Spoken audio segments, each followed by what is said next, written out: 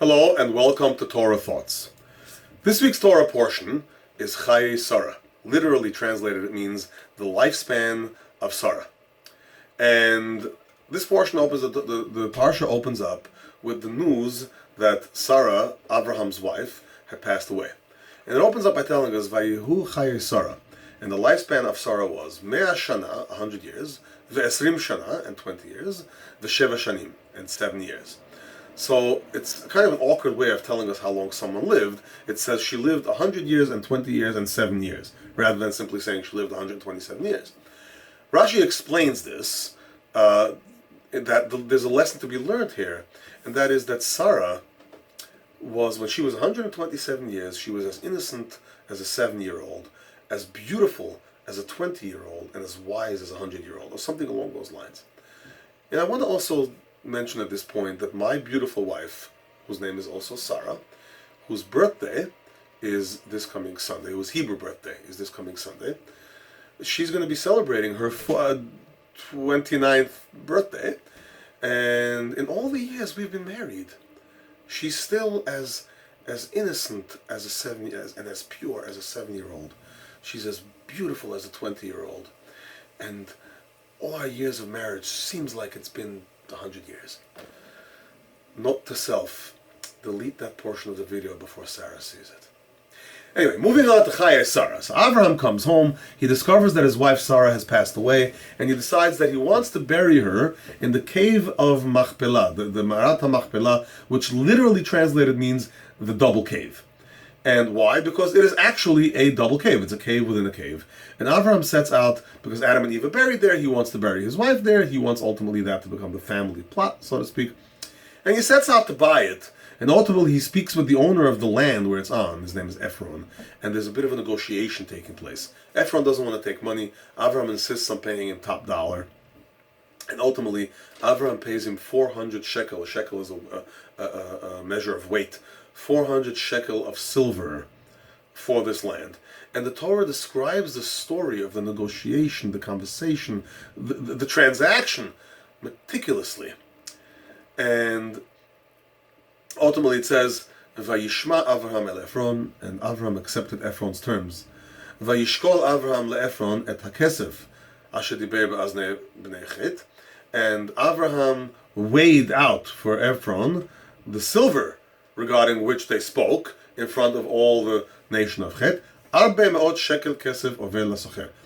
400 shekel, again it's a unit of weight, 400 shekel of silver according to the merchant's rate. Merchant's rate meaning what? Every merchant wanted that particular type of silver that Avraham provided, because he provided, when he did weigh it, the purest form of silver.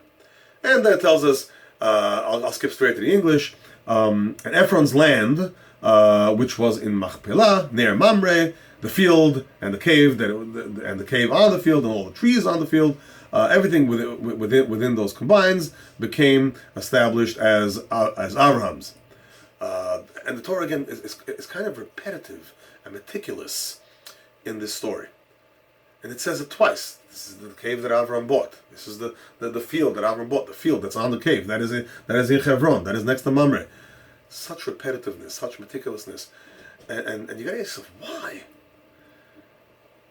And it's interesting that it happens this particular week, because this week the President of the United States, or the State Department rather, but that's, the U.S. government announced a reversal of policy, where the U.S. government now says that it is not illegal for a Jew to live in the parts of Israel that were conquered in 1967. So that will be the areas of Samaria, Shamron, Benjamin, Jerusalem, and Judea. It's commonly known to most Jews as Judea and Samaria. It's commonly known to the world that doesn't want the Jews to have it as the West Bank. But anyway, so this particular land, the United States government acknowledged a truth that's existed forever, that Jews have a right to live on Jewish land. And that happened this week. And what was the response to it? Jewish American groups came out against it. Again, Jews living in America came out against the concept that a Jew has a right to live on Jewish land. Now, specifically Hebron, there's a specific story behind Hebron, because Jews lived in Hebron continuously for ages, until 1929, when there was a massacre, and 67 Jews in Hebron were killed in one day.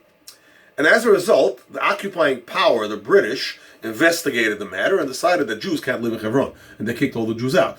So the Jews get kicked out of their own city. They come back, they live there. And American Jews today have a problem with the fact that the government doesn't see that as illegal. Well, this particular week, the Torah sent a message in advance. You bought it! You paid for it! It's yours! Now, in the very first parsha of the Torah, if you go back and look at the other videos, the Torah tells us, I discussed it, God says the land is mine, and He gave it to whomever He wants, and therefore the Jews have a right to it because He gave it to us. This is way more than that, and this isn't meant for the world. This is meant for us. The Jews need to be told, you bought it. And it's meticulous, it's specific. There were witnesses. Now, I want to move forward a little bit. After the story of Avram burying his wife Sarah, it goes on with the story about Avram trying to find a wife for his son Yitzchak, and he sends his servant Eliezer to go find a wife, and he warns him, don't find a wife that's going to insist that Yitzchak come and live with her outside of the land of Canaan. She has to come to Canaan and live here, which is also a very important point that ties in with the ownership of the land. You do not leave. It's yours. The Jews got kicked out of Hebron, but we came back. The Jews got kicked out of Israel, but we came back. And the land of Hebron that was purchased by Abraham, it is one of 3 cities which is recorded in the Torah. It was purchased. It's ours. And yet it is those 3 are the most hotly contested cities that the Arabs are fighting us over. And that will be Hebron, which is in this parsha. And then later on we're going to see about Shechem, which was bought by Israel himself, Yaakov, and Jerusalem, which was purchased by King David. Those 3 areas, the Arabs insist, it's ours, it's ours. And we're going to get to how and why the Arabs insist about that. But the point being, the problem here isn't the Arabs. The Arabs, you'll see them, the Arabs acknowledge it's the Jews. And the Torah is telling us, you bought it, it's yours.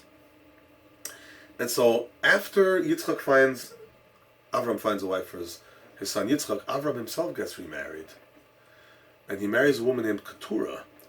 And there are some opinions that Keturah was actually Yishmael's mother. Remember, Avram had sent her away. He had separated from her, from Hagar, and at this point he took her back. In any event, Avram gets remarried. Later on, Avram dies. And it says when Avram died, the Torah tells us that Yitzchak and Yishmael came back. Yishmael came back to bury Avram. And this particular passage, I'll read the Hebrew and then the English. Vayikberu oto Yitzchak v'Yishmael banav el ma'arat ha'machpelah asher el sde Ephron ben Tzochar hachiti asher apnei Mamre. And so Yitzchak and Yishmael, his sons, buried him in the Ma'arat Machpelah, which today is known as the Cave of the Patriarchs, in the Ma'arat Machpelah, which is on the field of Ephron, the son of Tzochar, the Hittite, which is facing Mamre. Again, the meticulousness, the repetitiveness, the detail. Hasadeh Ashakana Avram, the field which Avraham purchased, Me'et B'nei Chet, from the nation of Chet. Shama Kubar Avram v'Sara Ishto. There, Avram and his wife Sarah are buried.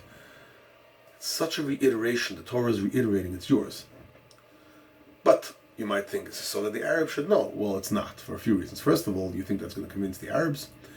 But the other thing is, we see the matching up of these verses. Yitzchak and Ishmael buried him, and then it goes on to tell us, we bought it, it's ours. And that's for a reason.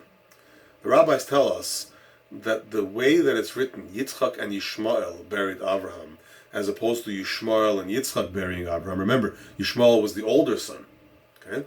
When Yitzchak dies, his son Esav and Yaakov bury him. The Torah says Esav being the older one first, Esav and Yaakov.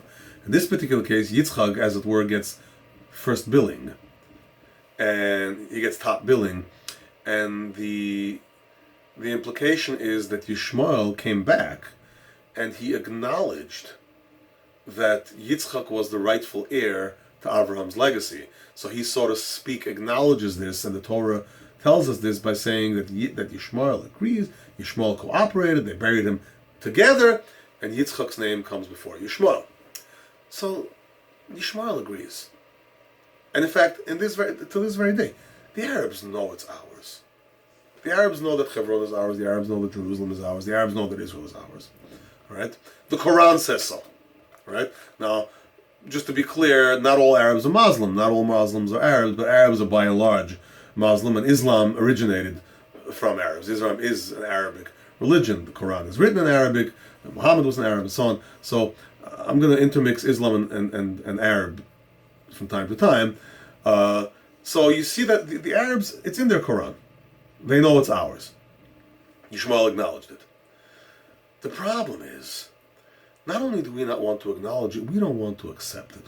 Because the land is ours, but there's a price, there's a cost that comes to it.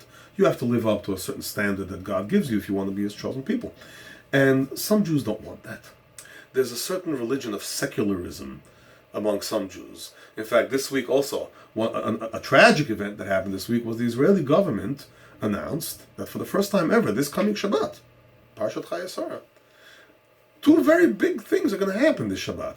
One is that thousands and thousands of Jews are going to gather in Hebron, as they do every year in this particular week, to celebrate and acknowledge the purchase of Hebron by Abraham. Another thing that's going to be going on is, for the first time ever, city buses, government-sponsored city buses, will be riding the streets of Tel Aviv on Shabbat. So there's your paradox. And there was a rabbi, there was a very special man, a rabbi. I talked about Rabbi Kahana's Yurtzad, the memorial of his death. I talked about that last week. There was another rabbi, his name was Rabbi Shlomo Karlbach, whose Yurtzad was 2 days earlier, the 16th of Cheshvan. And Rabbi Shlomo Karlbach was once asked, his philosophy was also somewhat of a paradox. He believed in not giving up a single millimeter of Jewish land to the Arabs. If it means war, so be it. On the other hand, he believed in love. Anybody who met Rabbi Shlomo Karlbach, he would call you my holy brother, and he would worry about you, and he would encourage people to love one another. He was all about love. And they would ask him, well, if you're all about love, on the other hand, you don't believe in giving in a single millimeter, you want to take the Temple Mount back and build the third temple, the Beit HaMikdash there, how do you reconcile the two? And his answer was, when the Jews begin to behave the way Jews are supposed to behave, the Muslims, the Arabs, will come to us and beg us to build our third temple. And it's kind of visible over here, where Yishmael acknowledges that the land is ours, but the Jews have a problem acknowledging it. And not only that, there's a certain thing that the Arabs have, an advantage, if you will, over the Jews, which I believe is the reason why the Arabs are temporarily have the upper hand when it comes to this battle over our land. The Arabs control the Temple Mount. The Arabs control Shechem. The Arabs control Hebron. And the reason for it, I believe, is because the Jews simply don't want to accept that it's ours. The Arabs have no shame, and good for them, in declaring whatever they do is in the name of their religion. Now, we can fight about who's right. Of course, they're wrong. It's not theirs. But whatever they fight for, even though they know it's ours, they know that as long as we don't accept our specialness, we don't accept the gift that God gave us, we don't accept this special legacy that they would love to have, as long as we don't accept it, then they have, temporarily at least, the upper hand over us. And this is why, if you ever look at Jews going up on the Temple Mount, there's a huge battle that goes on over there. The Muslim Waqf, that's the Muslim religious authority, controls what goes on the Temple Mount. But anybody can go up on the Temple Mount, even Jews. They will allow Jews to go up. There's this whole thing about Jews not being allowed to go up on the Temple Mount. What do you mean I'm not allowed to go up? Can I take off my kippah? Can I take off my yarmulke? Can I go up there and pretend I'm not? Of course I can. And not only that, the Arabs have no problem with it. Even if they know I'm Jewish, they'll tell you that. If you come up as a tourist, fine. But don't come up there as a Jew. And if you come up there as a Jew, it'll be very severely restricted. And if you whisper one word of prayer, we'll kick you off the mountain. Why? Because in the battle for this land, in the battle for this mountain, which is what it all centers around, the Arabs know that as long as we don't behave as God's people, they have an advantage and they can hold on to that upper hand. Now, ultimately, that's going to change. We know that. But the Arabs know that as long as they can hold on to that upper hand, the moment we begin to behave the way God intended us to, they know they're going to lose. That's what they fear the most. And when that happens, they'll turn it all around. They'll come and beg us. They'll be on our side, in fact. Now, ultimately, that is what's going to happen. The question is, are we going to go there? Are we going to go that route? Are we going to be dragged there kicking and screaming, or are we going to go voluntarily? The Torah is giving us some advice here. Don't be afraid. It's yours. And if you behave like it is, even the Arabs will acknowledge it. Hopefully we'll see that real soon. Thank you for watching. I hope you share the video. I hope you like the video. Leave your own comments. And Shabbat Shalom.